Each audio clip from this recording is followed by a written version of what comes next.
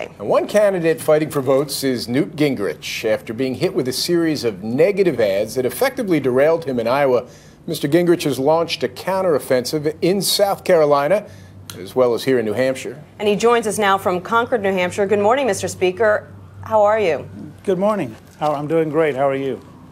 I'm great, thanks. I want to ask you first about those comments that you made yesterday about food stamps, because a lot of people want to know exactly what you meant. You said the African-American community should demand paychecks and not be satisfied with food stamps. What did you mean by that? 59% of Americans who receive food stamps are white. Of course, but I was saying that unlike most Republican candidates, I would welcome a request, an opportunity to go speak to the NAACP convention because I thought there ought to be a conversation. 43% black teenage unemployment is totally unacceptable as an American future. Obviously, I'm happy to go and talk to anybody in America. I went on to say I'd be happy to talk to any Latino group or any other group that was interested in talking about having paychecks rather than food stamps. The fact is, President Obama has been the most effective food stamp president in American history. He's put more Americans of all backgrounds. But, Mr. Speaker, let me just interrupt you for 1 second. I'm sorry. Mr. Speaker, we just spoke to Representative Tim Scott of South Carolina a few moments ago, who knows you well. He said your comments were preposterous. I think what particularly bothered people was when you said that African Americans are satisfied with food stamps. Did you misspeak? I said they shouldn't be.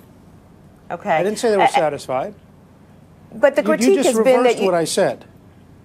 That would be preposterous. I agree with Tim Scott, but you just reversed what I said. But the critique has been that you seem to have singled out African Americans. The critique has been that you've seemed to single out African Americans and poor Americans, saying that poor children don't have a work ethic or that they should work as janitors. Okay. You've accused President Obama of trying to start a class war. Aren't you doing the same thing? No. I'm doing just the opposite. I'm saying we should reach out to every American. I mean, you had to take that and take it totally out of context to distort it this much. I agree with Tim Scott. If you had called me and asked me about the thing you just said, I'd have agreed with you. What I said was every American of every background has been endowed by their Creator with the right to pursue happiness. Every American of every background should have an opportunity to get a job, not be dependent on food stamps. Every American of every background should be able to go to a school that actually works, where they get educated. I'm for actually conservatives going into the poorest neighborhoods of every ethnic group in America and helping every American have a chance to pursue happiness. Now, I think it takes a lot on the part of the elite media to distort that into some kind of an attack. I'm actually saying, shouldn't poor children have a better chance for a better future? Shouldn't every community have a better chance to have jobs? When Reagan was president, we created 1,300,000 jobs in the month of August. I helped do that as a junior member. When I was Speaker, we created 11 million jobs in 4 years. Unemployment came down to 4.2%. Let me finish, Jim. I mean, you guys have distorted what I said, and I want to finish this. Okay, but I know you want to. I also know you want to talk about the race here in New Hampshire. But I just want to finish this because it's important for the country. President Obama has left this country in an economic mess. You watch today's job report, compare it with Reagan's 1,300,000 new jobs in August of 1983, and you tell me who's doing a better job creating jobs for all Americans.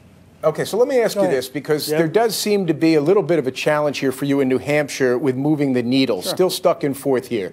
So sketch out for me a credible narrative where fourth in Iowa, fourth in New Hampshire, on to South Carolina. How does Newt Gingrich end up with the nomination at this point? Well, I think we have to do dramatically better in South Carolina, but we always thought that New Hampshire is one of Romney's 3 best states, along with Utah and Massachusetts. I mean, if he doesn't come in first in New Hampshire, he couldn't stay in the race. So the question is not whether he'll come in first. The question is how well do each of us do? And the choice that New Hampshire has between a Massachusetts moderate who raised taxes, appointed liberal judges, favored gun control, and a Reagan conservative. And I think that we'll see what happens over the next weekend. This is a state where people take the primary very seriously. The crowds I've been talking to have been very enthusiastic, and I've been encouraged as I go across the state talking to people.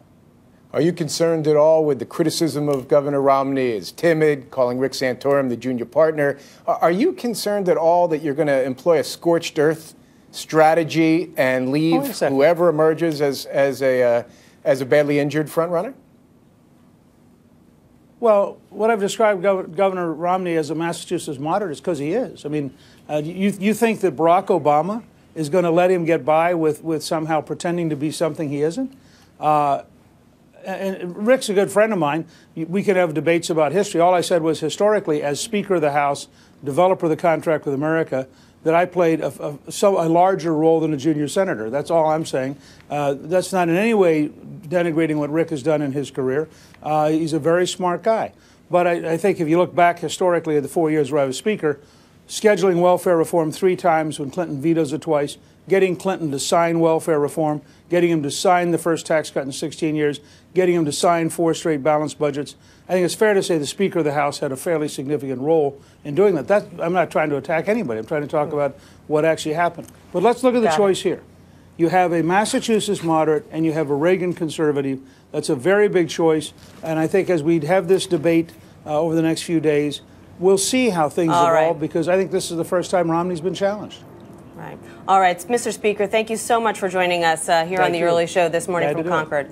Thank you so much.